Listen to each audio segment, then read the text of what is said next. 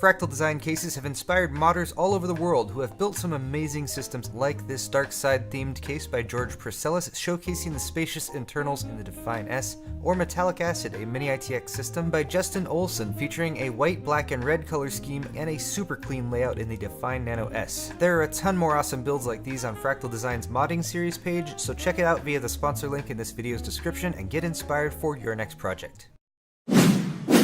Excellent! What's up guys, welcome back to Paul's Hardware. Today's video is a case video. This is the Enermax Equilence silent case. The model is ECA 3510. So I'm gonna set up a system in here, give you guys some feedback on what I think of it. Now the price right now for this case, if you look at Amazon or Newegg, is about $110. It was $106 on Newegg for some reason. And Enermax has tried to cram some high-end features in here, including a backlit LED panel, a 4mm panoramic tempered glass, providing panoramic views, triple radiator support, a power supply shroud, of course, which has become standard in modern cases, and some silence features, some silent features, I guess I should say, including sound dampening. But let's begin by, of course, taking it out of the box.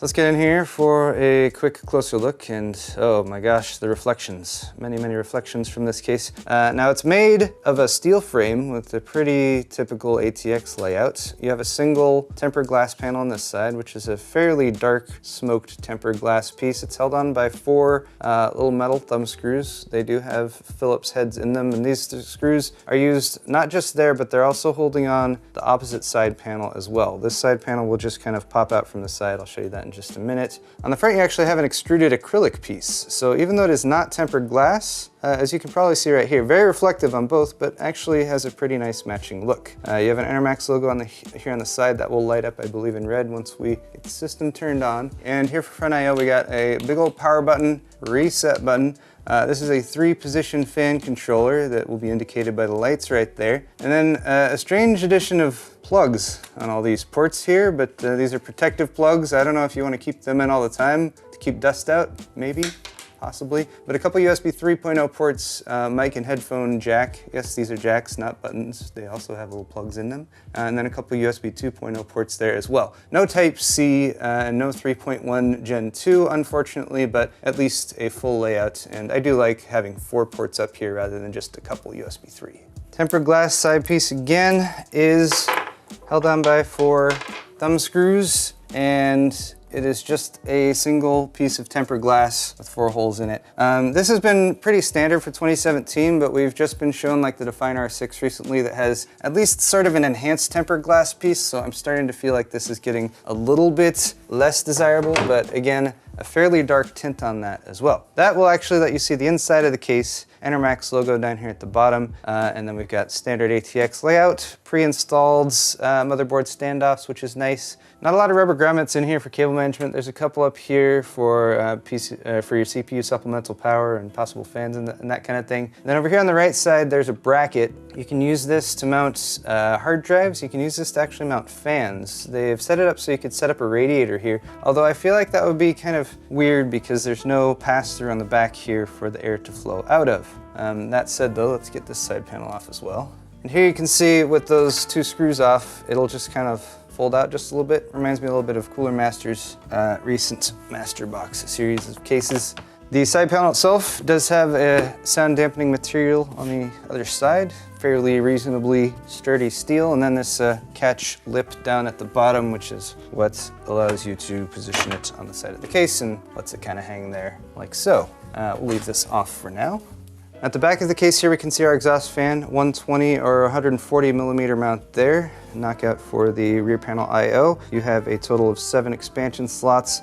No vertical GPU mount there, and this is one of the types of cases that is flush in the back with the GPU mounting solution. So there's this sort of pop-out piece back here, and that is where you actually screw in your graphics cards or other expansion cards that you might put in there.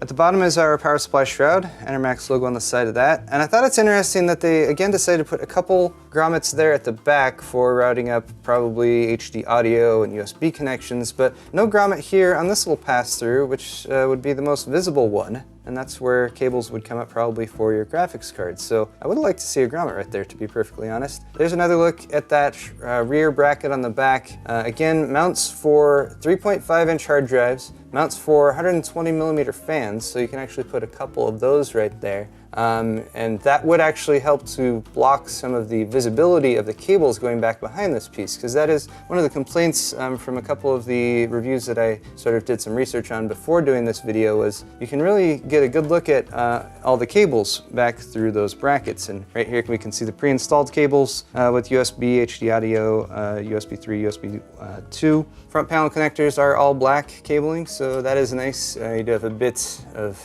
rainbow blah on the USB 2 and HD audio, which is a little disappointing, but those are pretty common to see in computer cases.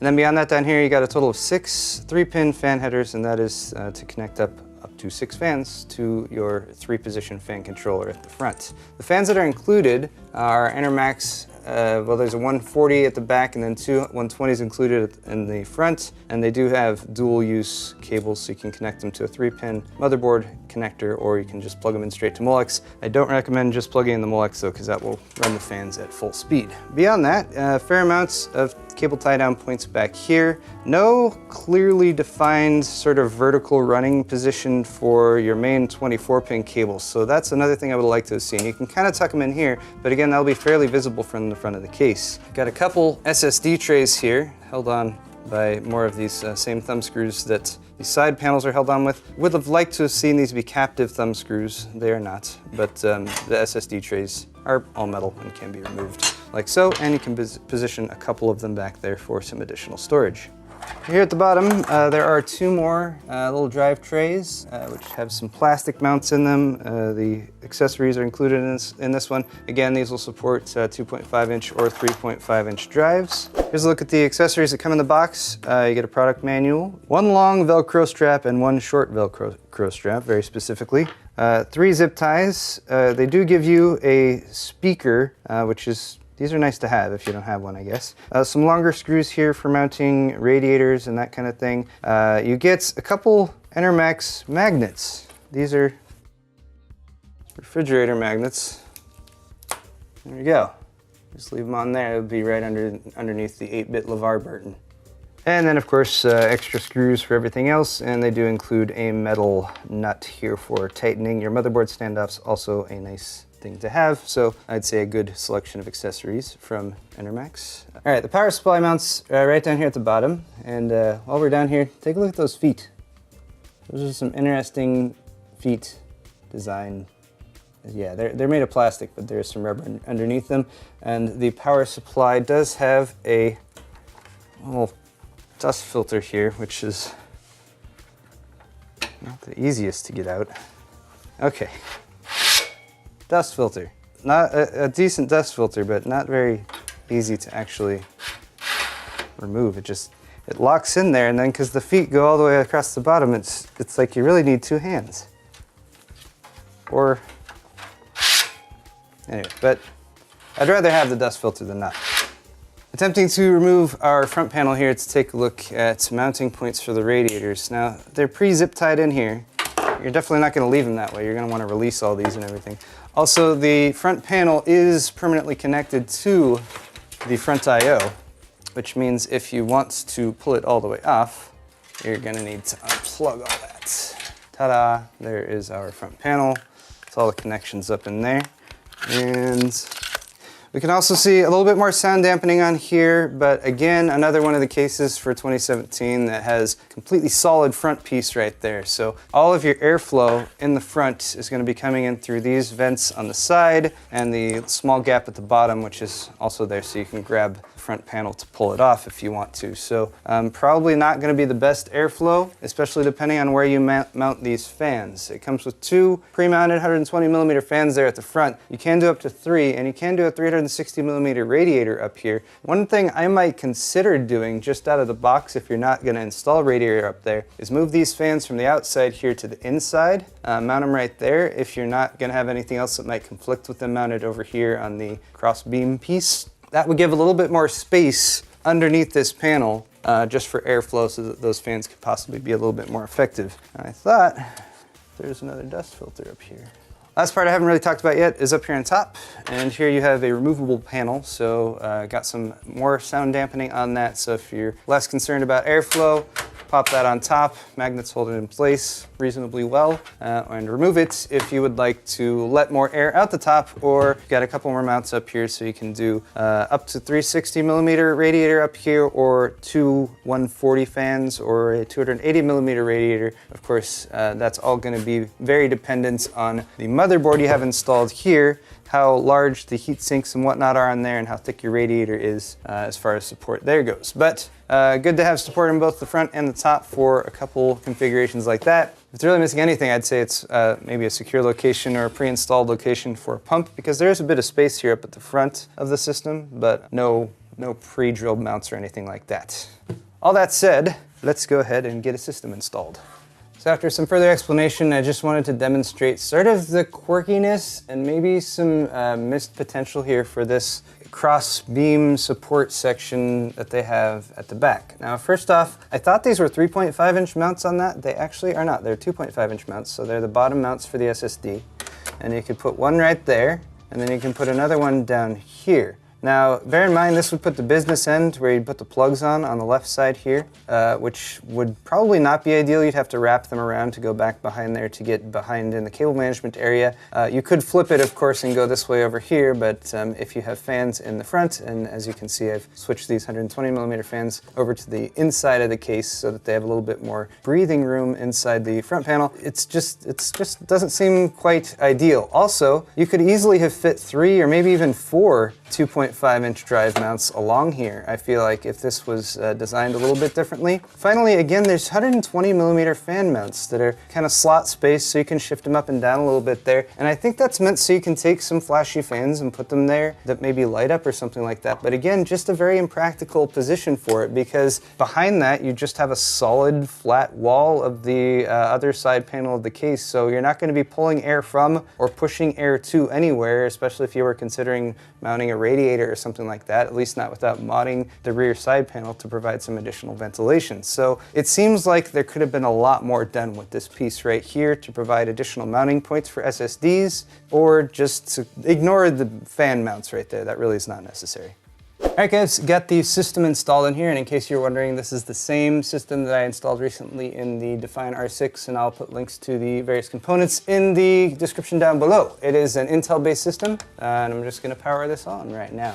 And that will give us our first look, for example, at the accent lighting in red, the Enermax logo on the side here, as well as there's some back lighting on the ports up there for USB and mic and headphone jack. I will say it's actually blending in quite nicely right now, simply because the Gigabyte Z370 motherboard that we're using also has some red accents on it. I will point out though that this is just a single color for the accent lights on the case itself. So for anyone who's interested in an RGB theme or something like that, you are stuck with red there, so you're going to need to pick colors that match with that or are complementary to it.